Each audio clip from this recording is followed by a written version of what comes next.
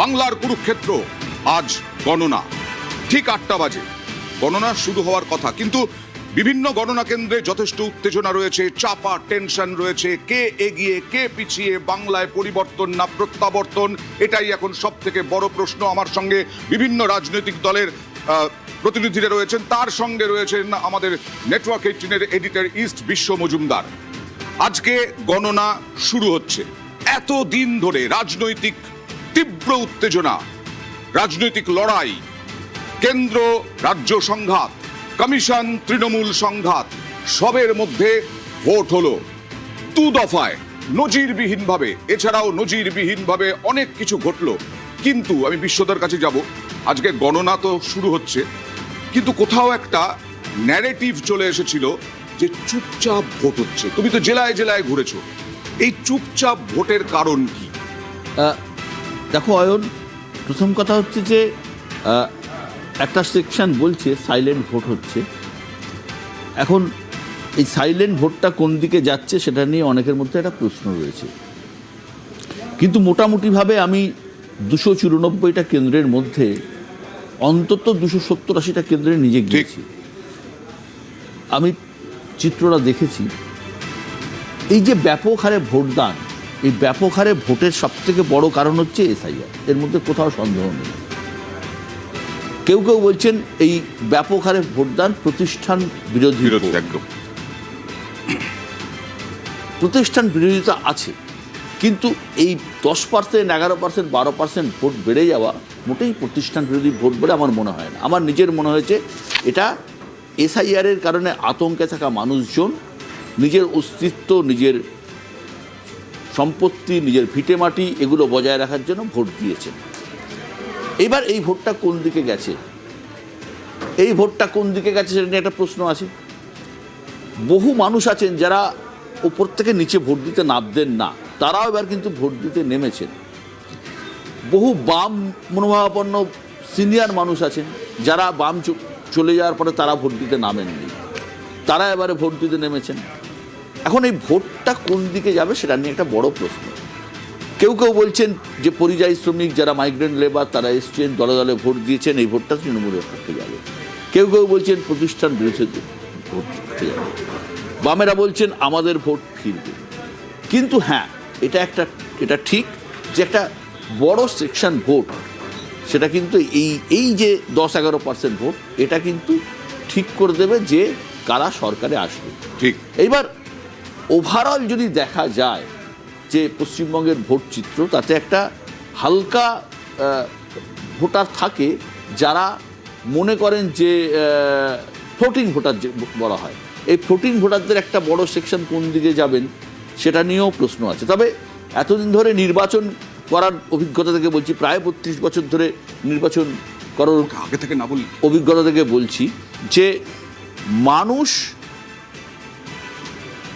অবশ্যই মানুষের মধ্যে অসন্তোষ আছে, কিন্তু এক্ষুনি যে পরিবর্তনের ঝড়ে সব উড়ে যাবে সেরকম কিন্তু আমি দেখিনি। আমি জানি না কি হবে, আমার সত্যি তাই। জানা নেই। তুমি যেটা বললে যে বেশি ভোট পড়া মানে একটা ধারণা আছে প্রতিষ্ঠান বিরোধিতা।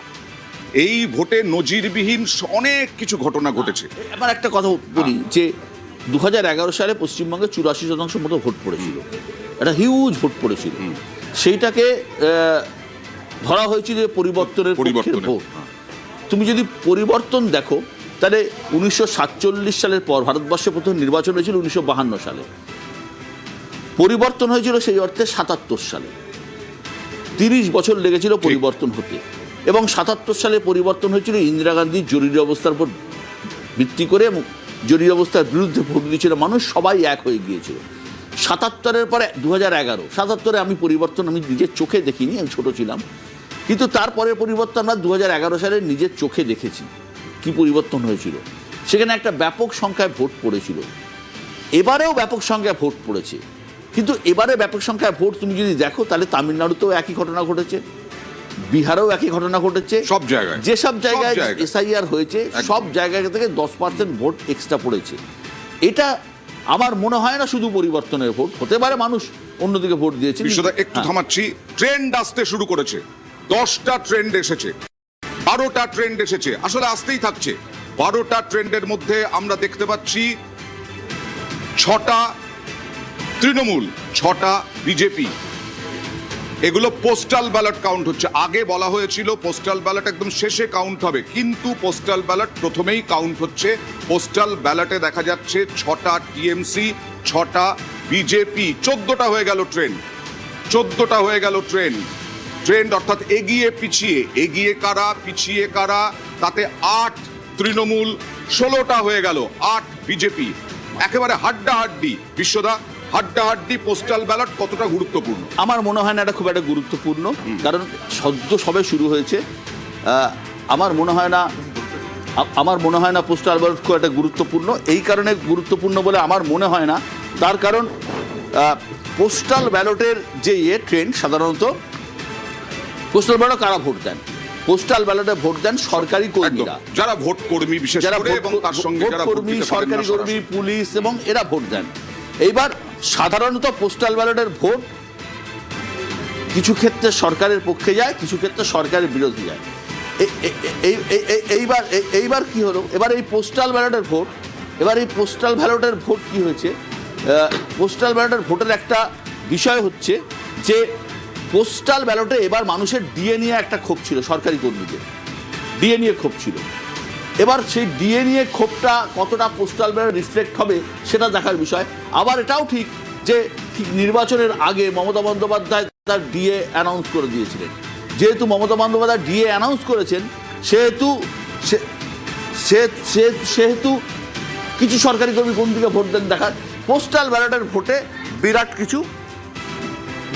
কিছু হেরফের হয় বলে আমার মনে হয়। ওকে, আমি একটু গণনা কেন্দ্রে চলে যাই, ভবানীপুরে চলে যাই, সাখাওয়াত মেমোরিয়ালে। সেখানে এই মুহূর্তে আমাদের সঙ্গে রয়েছেন আমাদের প্রতিনিধি প্রিয়াঙ্কা। কি পরিস্থিতি? গত কয়েক ঘন্টা ধরে এই সাখাওয়াত মেমোরিয়াল হাই স্কুলই নজরে ছিল প্রত্যেক রাজ্যবাসীর, এমনকি উত্তেজনা প্রতি মুহূর্তে ছিল। আজকে গণনা শুরু হয়েছে বলা হচ্ছে, এখন কি পরিস্থিতি? একেবারেই অয়ন, ঘড়ির কাঁটা বলছে 8টা বেজেছে সদ্য, অর্থাৎ টান টান উত্তেজনা। তুমি উত্তেজনার কথা বলছিলে, চাপা উত্তেজনা তো ছিল এই ভবানীপুরে, কিন্তু টান টান উত্তেজনা। সদ্য শুরু হয়েছে পোস্টাল ব্যালট, কিন্তু তারই সঙ্গে জানিয়ে রাখবো যে এই মুহূর্তে যে দুর্ভেদ্য দুর্গ বলা হচ্ছে বারবার করে এই ভবানীপুর, দেখো 77টি গণনা কেন্দ্র গোটা রাজ্য জুড়ে, তার মধ্যে এই ভবানীপুরের কেন্দ্র, বিধানসভা কেন্দ্র যেখানে গণনা, সেই স্ট্রংরুম অত্যন্ত গুরুত্বপূর্ণ। 269টি বুথ, সেখানকার কাউন্টিং কিন্তু এই ভবানীপুর সাখাওয়াত মেমোরিয়াল, সেখানে স্ট্রংরুমে সেখানে কিন্তু গণনা শুরু হয়েছে, পোস্টাল ব্যালট গণনা শুরু হয়েছে। আধ ঘন্টা পর থেকে ইভিএম গণনা শুরু হবে। অর্থাৎ এই হাই ভোল্টেজ কেন্দ্র, আমরা জানি যে হাই ভোল্টেজ রাজনৈতিক লড়াইয়ের কেন্দ্র, সেখানেই আজ মহাযুদ্ধের চূড়ান্ত ফয়সালা। আজই ঠিক হয়ে যাবে ভবানীপুরের মসনদে কে বসবেন। সব মিলিয়ে একটু নিরাপত্তার ছবিটা দেখাবো অয়ন।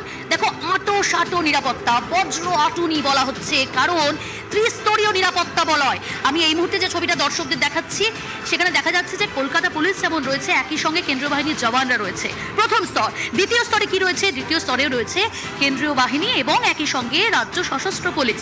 এবং তৃতীয় স্তর মানে স্ট্রং রুম, যেখানে একদম আটো নিরাপত্তা, সেখানে সাজোয়া গাড়ি রয়েছে, সেখানে সাজোয়া গাড়ি আনা হয়েছে, কেন্দ্রীয় বাহিনীর জওয়ানরা মোতায়েন রয়েছে। কোথাও মাছি গলার উপায় একদম খুব শক্তপোক্ত একেবারে নিরাপত্তার বেষ্টনী। বিশ্বদা, একটু ঘুরে বসো। তোমার কি প্রশ্ন করার আছে প্রিয়াঙ্কা শিকদারের কাছে? কোনো আমার প্রিয়াঙ্কাকে প্রশ্ন করার এই মুহূর্তে কিছু নেই, কিন্তু আমি যেটা বলছি, যেটা টিভিতে মানে বিভিন্ন জায়গায় দেখানো হচ্ছে চ্যানেল, এটা খুব একটা বাস্তবসম্মত বলে আমার মনে হয় না। এই কারণে মনে হয় না 8টার সময় গণনা শুরু হলো আর 15 মিনিটের মধ্যে লোকে সবাই জেনে গেল। আমি দীর্ঘদিন সাংবাদিকতা করেছি, এত সোজা নয়। এগুলো হচ্ছে সব নানা রকমের মানে খাইয়ে দেওয়ার বিষয় আর কি। এগুলো বিশ্বাসযোগ্য বলে আমার মনে হয় না। অন্তত 1 ঘন্টা আগে কোনো ট্রেন্ড আসা, একেবারেই ট্রেন্ড আসছে, তবুও বলি 40টা, 18টা হচ্ছে টিএমসি, 22টা বিজেপি, এগুলো ট্রেন্ড আসে। তার মানে এই নয় যে এখান থেকেই ফলাফল আপনি ধরে নিতে পারেন। এটা 2021-এও আমি বলেছিলাম। বিষয়টা এইখানে নেব, নন্দীগ্রাম আরেকটা হট সিট, হটস্পট নন্দীগ্রাম। হলদিয়া থেকে রয়েছেন আমাদের প্রতিনিধি সুজিত ভৌমিক। সুজিত, অর্ণব রয়েছেন আমাদের সঙ্গে। অর্ণব, নন্দীগ্রাম, ভবানীপুরের পর নন্দীগ্রাম, এই নন্দীগ্রাম 2021-এও হটস্পট ছিল, আবার হটস্পট। কি অবস্থা এখানে?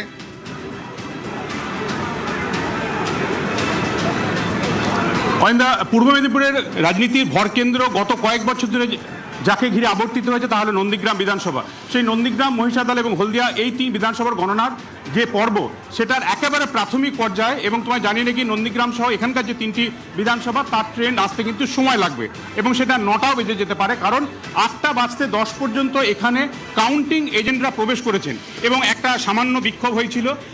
বিজেপি যারা এজেন্ট তিনটে বিধানসভা তারা ভোর 3টে সাড়ে 3টে থেকে লাইন দিয়েছিলেন এবং লাইনের প্রথম অংশটা তারা ধরে রেখেছিলেন। কিন্তু তৃণমূল, কংগ্রেস, সিপিআইএম বা নির্দল যারা রয়েছেন তারাও যদি 8টার আগে এই কেন্দ্রে না পৌঁছায় তাহলে স্ট্রং রুম কী করে খোলা হবে, কী করে ইভিএম বক্সগুলো খোলা হবে, কী করে 17টি ফর্ম মিলিয়ে দেখা হবে। তাই প্রশাসন থেকে এখানকার যারা আধিকারিক রয়েছেন তারা ব্যবস্থা করেন দুটো প্যারালাল লাইন খোলা হবে।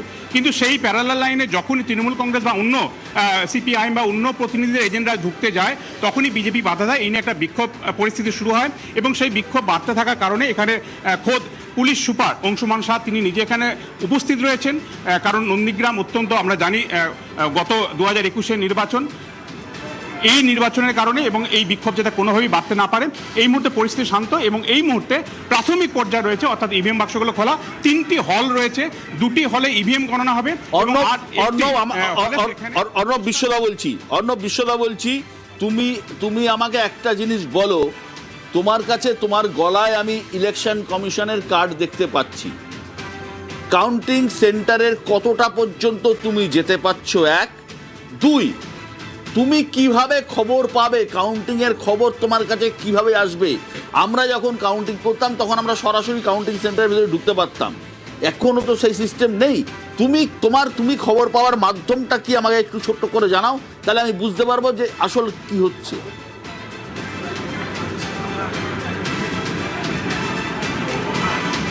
বিশ্বদা, আমরা এই নন্দীগ্রামে যে হায়ার সেকেন্ডারি স্কুল রয়েছে গভর্নমেন্ট স্পন্সর, সেই স্কুলের ভিতরে যে 3টি হল রয়েছে সেখানে গণনার পর্ব চলছে, কিন্তু সেই যে মূল গেট, এই মূল গেটের বাইরে একটি প্রেস মিডিয়া আলাদা করে বক্স করা হয়েছে বা একটা গ্যালারি করা হয়েছে, সেখানে প্রেস, মিডিয়া, সংবাদ মাধ্যমের কর্মীরা সেখানে উপস্থিত থাকবেন। ভিতর থেকে একজন আধিকারিক যিনি ট্রেন্ড পাবেন, সেই ট্রেন্ড তিনি লিপিবদ্ধ করে তার চার্ট নিয়ে এই প্রেস মিডিয়া বক্সে যাবেন এবং সেখানে সমস্ত সংবাদ মাধ্যমের কর্মীদের সেটি শেয়ার করা হবে। অর্থাৎ এখানে যখন হয়তো দ্বিতীয় রাউন্ডের গণনা হচ্ছে, সম্ভবত তখন প্রথম রাউন্ডের গণনা হয়তো এখানে আসবে, কাজেই বেশ কিছুটা লেট হবে এবং প্রথম পর্যায়ে ভিতরে ক্যামেরাম্যানদের ঢুকিয়ে যে ছবি করানোর প্রক্রিয়াটা সেটার জন্য এখনও কিন্তু ডাক আসেনি ভিতরে প্রবেশ করানোর, অর্থাৎ এখানে একটু দেরি হচ্ছে। এবং তুমি যে প্রশ্নটা করলে, সরাসরি সাংবাদিকরা ভিতরে প্রবেশ করবে এই কার্ড নিয়ে এবং সেখান থেকে গণনা নিজের চোখে দেখে ট্যাবুলেশন শিট থেকে বলবে, সেই উপায় কিন্তু নেই। কার্যত এটা বেশ কিছুটা স্লো এবং এখান থেকে যে আধিকারিক আসবেন প্রথম রাউন্ড বা দ্বিতীয় রাউন্ডের চার্টগুলি নিয়ে, টেবিলটা নিয়ে, সেটা ওই প্রেস মিডিয়া বক্সে সেখানে গিয়ে সাংবাদিকদের সঙ্গে শেয়ার করা হবে। কাজেই এখনো পর্যন্ত কোনো আধিকারিক কি বাইরে এসে বাড়িয়ে বলেছে যে এতটা আমরা গণনা পেয়েছি, এই ট্রেন্ড হয়েছে? যদিও বললো 9টার আগে ট্রেন পাওয়া যাবে। বিশ্বদা, তোমার জানি নাকি এখনো পর্যন্ত কোনো আধিকারিক আসেননি, কোনো রকম ট্রেন পাওয়া যায়নি। 8টা বাজতে 10 মিনিট পর্যন্ত এখানে কাউন্টিং এজেন্টরা শুরু হয়েছেন এবং একেবারে প্রাথমিক পর্যায়ে রয়েছে। এই ট্রেন সংক্রান্ত কোনো অগ্রগতি কিন্তু অন্তত এই 3টি বিধানসভা থেকে এখনো পর্যন্ত মেলেনি। আমি বিশ্বদার কাছে একটা প্রশ্ন রয়েছে, সেটা হচ্ছে যে স্ট্রং রুম, এটাও নজিরবিহীন। এবারে স্ট্রং রুম সংঘাতটা কেন, স্ট্রং রুম দ্বন্দ্বটা এখানে কেন? দেখো, আমরা যখন সাংবাদিকতা মানে ওইভাবে সক্রিয়ভাবে করতাম মাঠে নেমে, তখন ব্যালটে গণনা হতো, একটা ভোট গণনা হতে 2 দিন বা 3 দিন লাগতো। ঠিক, তোমাদের অনেকের মনে আছে যে তখন দূরদর্শন ছাড়া কোনো চ্যানেল ছিল না, তখন সিনেমা দেখানো হতো, গণনার রেজাল্ট হতো আর মাঝে মাঝে সিনেমা দেখানো হতো। এখনকার ছেলে মেয়েরা সেটা যারা মানে ভাবতেই পারবে না কিভাবে গণনা হতো। সুতরাং গণনা কেন্দ্রে 2 দিন 3 দিন লেগে যেত একটা গণনা হতে, কিন্তু এখন তো ইভিএম, এখন খুব তাড়াতাড়ি গণনা হয়। এখন বিষয়টা হচ্ছে যে যন্ত্রের অনেক সুবিধা আছে, যন্ত্রের অনেক অসুবিধে আছে। সেটা হচ্ছে যন্ত্র ম্যানিপুলেট করা যায়, এটা অনেকের অভিযোগ আছে, আবার অনেকে বলে ম্যানিপুলেট করা সম্ভব না। এবার ব্যালটে তুমি ছাপ মারার পরে ব্যালটকে তুমি আর ম্যানিপুলেট করতে পারবে না। হয়তো তুমি ফলস ছাপ মারতে পারবে ভোট কেন্দ্রে, ভোটদান কেন্দ্রে, কিন্তু সেটা একবার এসে যাওয়ার পর তো আর কিছু করার নেই। সুতরাং যন্ত্রের ক্ষেত্রে একটু নিরাপত্তা নেয়, তার কারণ অনেকে বলে ওই যন্ত্রকে নাকি জিরো করে আবার রিস্টার্ট করে আবার নাকি বাটন পুশ করা যায়। কিন্তু আমার মনে হয় না কেউ এইভাবে ভোটে জিততে পারে, যেই হোক না কেন, যে ধরনের গ্রহণ করেন, এইভাবে ভোটে জেতা সম্ভব নয়। আমি যেমন বিশ্বাস করি যে আমরা ছাপ্পা ভোট, ফলস ভোট বহু দেখেছি, কিন্তু আমি বিশ্বাস করি না যে শুধুমাত্র ছাপ্পা ভোট আর ফলস ভোটের ভিত্তি করে কোনো রাজনৈতিক দল পুরোটা কোনোভাবে সম্ভব নয়। এইখানে যে ট্রেন্ড আসছে এখনো পর্যন্ত, যে 52টা ট্রেন্ড, 31 হচ্ছে বিজেপি, 21টা টিএমসি। আমি 2021 সালেও বারবার বলেছিলাম পোস্টাল ব্যালট দিয়ে কোনো সিদ্ধান্তে আসা যায় না, দেখতে হবে যে 12টা পর্যন্ত কি আসে। এই মুহূর্তে যা ট্রেন্ড দেখছেন সেটা হচ্ছে পুরোপুরি পোস্টাল ব্যালটের ট্রেন্ড। এই পোস্টাল ব্যালটে এখনো পর্যন্ত 31টা, যেমন নন্দীগ্রামে, হলদিয়া থেকে এখনো কোনো ট্রেন্ডই এসে পৌঁছয়নি। আমাদের প্রতিনিধি অর্ণব হাজরা জানালেন। আমি বিশ্বদার কাছে যাবো। বিশ্বদা, এই ভোটটা প্রথম থেকে পরিযায়ী বাঙালি অস্মিতা, বাঙালি পরিযায়ীদের অত্যাচার, এই নিয়ে তৃণমূল কংগ্রেস সোচ্চার হয়েছিল। তার আগে বঞ্চনা, এটাও একটা বিষয় ছিল। বিজেপি পাল্টা ধর্মীয় মেরুকরণ, দুর্নীতি, এই বিষয়গুলো এনেছিল। এই দুর্নীতি আজকে শুধু না, গত কয়েক বছর ধরে বিজেপি অভিযোগ করে আসছে দুর্নীতি এবং অনুপ্রবেশকারী। এই দুটো ইস্যু কতটা ভারী বলে মনে হয়? দেখো, দুর্নীতি অবশ্যই একটা ইস্যু, কিন্তু আমি ব্যক্তিগতভাবে আমার মনে হয়েছে দুর্নীতি কখনো ভোটের ইস্যু হয় না। রাজনীতিবিদরা ক্ষমতায় গেলে চুরি করবেন, টাকা তুলবেন, এটা বাস্তব সত্য, সাধারণ মানুষ জানে, এটার মধ্যে কোথাও কোনো সমস্যা নেই, সন্দেহ নেই। রাজনীতি করতে গেলে টাকা লাগে। ধরো তুমি রাজনীতি করছো, তোমার বাড়িতে সকালবেলা 50টা লোক এসছে, এক কাপ করে যদি তুমি চাও খাওয়াও, 5 টাকা করে তো লাগবে রে ভাই, 250 টাকা তোমার আসবে কোত্থেকে? রাজনীতি করতে গেলে টাকা লাগে। কিন্তু হ্যাঁ, দুর্নীতিটা একটা ইলেকশনে, আজকের দিনে একটা সময় যদি আমি দেখি যে রাজীব গান্ধী, ভিপি সিং যে নারা তুলেছিলেন, গলি গলি মে চোর হয়, রাজীব গান্ধী চোর হয়, তখন সবাই বিশ্বাস করেছিল। দুর্নীতির ইস্যুতে কিন্তু রাজীব গান্ধী সরকার কিন্তু ক্ষমতায় আসতে পারেনি। কিন্তু এখনকার দিনে দুর্নীতিটা বিরাট বড় ইস্যু বলে আমার অন্তত মনে হয় না। তার থেকে এবারের ভোট অনেক বেশি অন্য ইস্যু ভিত্তিক। 1 SIR, 2 হিন্দু মুসলিম, মানে ধর্মীয় মেরুকরণ। পশ্চিমবঙ্গে হ্যাঁ, ধর্মীয় মেরুকরণ প্রবলভাবে শুরু হয়েছে এবং এটা প্রতি বছর বাড়ছে। এখনো মানে আমি বলবো না যে একদম 100% হয়ে গেছে, 100% হয়নি নিশ্চিতভাবেই, কিন্তু ধর্মীয় মেরুকরণ বাড়ছে। এটা একটা বড় ইস্যু। SIR একটা বড় ইস্যু, তার কারণ বহু মানুষকে SIR এ নাম তোলার জন্য আসতে হয়েছে, আবার ভোট দেওয়ার জন্য আসতে হয়েছে, আবার ট্রাইব্যুনালে আসতে হয়েছে, লাইনে দাঁড়াতে হয়েছে। এটা একটা বড় ইস্যু, ধর্মীয় মেরুকরণ বড় ইস্যু, এবং একটা প্রতিষ্ঠান বিরোধী, যেহেতু 15 বছরের সরকার আছে, একটা প্রতিষ্ঠান বিরোধিতা আছে। কিন্তু আমি যেটা বললাম, পশ্চিমবঙ্গে রাজনীতিতে প্রতিটা জেলা, তুমি যদি কোচবিহার থেকে ধরো, সেই প্রথম সিট মেকলিগঞ্জ আর লাস্ট সিট সাগর, তাহলে প্রতিটা জেলার চরিত্র সম্পূর্ণ আলাদা। কোনো জেলায় SC ভোট বেশি, যেমন কোচবিহার জেলায় পুরোটাই অলমোস্ট SC ভোট এবং মুসলমান ভোট, মুসলমান কম আছে কিন্তু SC ভোট। এবার এই যেমন জেলায় নানা রকমের, আমাদের এখন তো পরিবর্তন হয়ে গেছে, আমরা জানতাম না SC ভোট কি, মতুয়া ভোট কি, রাজবংশী ভোট কি, জানা ছিল না। এখন SC vote, Matua vote, Rajbanshi vote এবং ব্লক ভোট শুরু হয়েছে। আমি জেলা ধরে ধরে আসবো তোমার কাছে। 29টাতে এগিয়ে তৃণমূল, বিজেপি 48টাতে। শিলিগুড়ি খুব গুরুত্বপূর্ণ, পার্থর কাছে চলে যাব। শিলিগুড়ি থেকে পার্থ আছে, শঙ্কর ঘোষ, গৌতম দেব, কি অবস্থা? গণনা কি শুরু হয়েছে? এখনো পর্যন্ত ট্রেন্ড কি কিছু পাওয়া যাচ্ছে?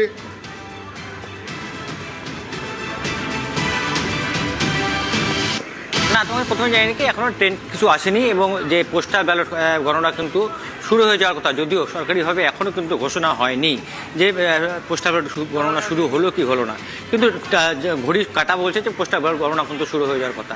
এই শিলিগুড়ি কলেজ এখানে আমরা দেখছি, এখানে কিন্তু দার্জিলিং জেলার সমতলে 3টি কেন্দ্রের গণনা হবে, শিলিগুড়ি, মাটিগ্রাম, নকশালবাড়ি এবং ফাঁসিদেওয়া। অন্যদিকে দার্জিলিং বিধানসভার গণনা হবে দার্জিলিং গভর্নমেন্ট কলেজ এবং কার্শিয়াং কলেজ এবং কালিম্পং কলেজ।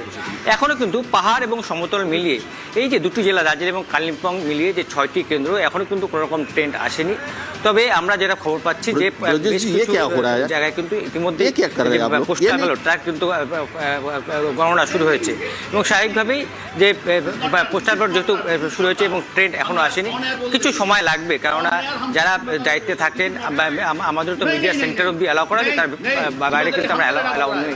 স্বাভাবিকভাবেই ট্রেন আসতে সময় লাগবে এবং পোস্টাল ব্যালট গণনার পরে কিন্তু এক এক করে রাউন্ডগুলো বাড়বে। শিলিগুড়িতে যেমন 14 রাউন্ড হবে, মাটিকার নকশালবাড়িতে 18 রাউন্ড গণনা হবে, ফাঁসি দেওয়াতে 15 রাউন্ড গণনা হবে, কালিম্পংয়ের ক্ষেত্রে 12 রাউন্ড এবং দার্জিলিংয়ের ক্ষেত্রেও কিন্তু 14 রাউন্ড এবং কাশিয়ার ক্ষেত্রে 17 রাউন্ড গণনা হবে এবং বেশ কিছু সময় লাগবে, কেননা এখন 8টা বেজে গেছে এবং ধাপে ধাপে করে কিন্তু এগিয়ে। এবং আমরা সকালবেলা যেমন শিলিগুড়ি কাউন্টিং সেন্টারে গৌতম দেব তৃণমূল প্রার্থী এবং বিজেপি প্রার্থী শঙ্কর ঘোষ তারা যখন এলেন, গৌতম দেব তিনিও যথেষ্ট আত্মপ্রত্যয়ী যে তিনি জিতবেন। শঙ্কর ঘোষ বিজেপি প্রার্থী, তিনি সরাসরি সাংবাদিকের সঙ্গে কথা না বলেও তিনিও কিন্তু তার পরিষ্কার জানিয়ে দেন শরীরী ভাষায় যে তিনি আবারও কিন্তু জিতছেন এই শিলিগুড়ি থেকে। কারণ এই দার্জিলিং আসনে যে আমাদের দার্জিলিং জেলায় 5টি আসন রয়েছে এবং গত যদি 21-এর নির্বাচনে এটিকে দেখি তাহলে দার্জিলিং জেলায় কিন্তু 5টি আসনে গতবার 5টিতে কিন্তু বিজেপি জিতেছিল। অন্যদিকে কালিম্পংয়ে 1টি আসন সেখানে কিন্তু জিতেছিল বিজেপি সেখানে পরাজিত হয়েছিল।